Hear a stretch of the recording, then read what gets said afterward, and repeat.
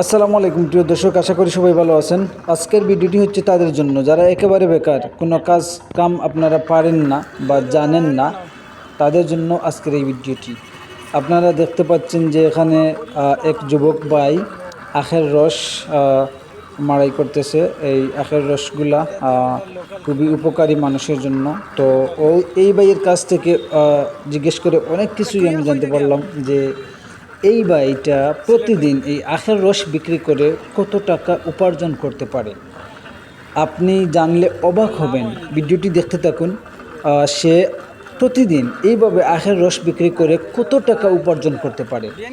তো যাই হোক, আপনারা যারা বেকার আছেন, বাবা মার হাতের দিকে চেয়ে থাকতে হয়, বড় ভাইয়ের হাতের দিকে চেয়ে থাকতে হয়, বা আপনারা কিছুই করতে পারতেছেন না, তাদের জন্য আজকের এই ভিডিওটা। আপনি যদি একেবারে বেকার হয়ে থাকেন তাহলে আসলে প্রথমত বলি কি, আমরা বাঙালিরা আমাদের এত লজ্জা শরম, ঠিক আছে? সো আমরা আমাদের এই যে দুবেলা দুমুঠো ভাত যদি আমাদের গড়ে থাকে, তাহলে আমরা একেবারে হাত পা গুটিয়ে বসে থাকি। আমরা কোনো কাজ করতে আমরা লজ্জা বোধ করি।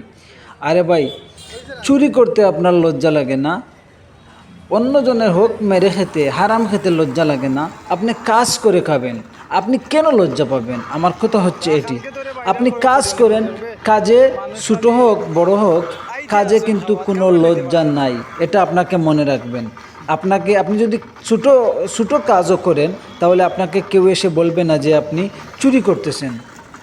সে বলবে, যদি ভালো মানুষ হয় অবশ্যই বলবে সে ভালো কাজ করতেছে, সে কাজ করে খাচ্ছে, চুরি করে খাচ্ছে না।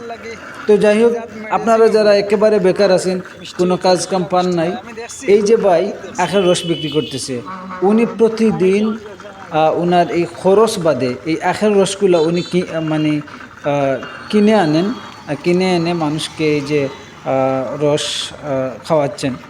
তো যাই হোক, এই ভাই প্রতিদিন 1000 থেকে 1200 টাকা তার আয় হয়। সে বলছে তার নিজের মুখেই, এটা কিন্তু খরচ বাদে তার 1000-1200 টাকা, 1500 টাকা পর্যন্ত তার আয় হয় প্রতিদিন খরচ বাদে। এই যে এইগুলা ক্রয় করে আনতে হয়, এই খরচ বাদে ক্রয় করে আনার পর উনি বিক্রি করে ওনার লাভ হয় প্রতিদিন এরকমই।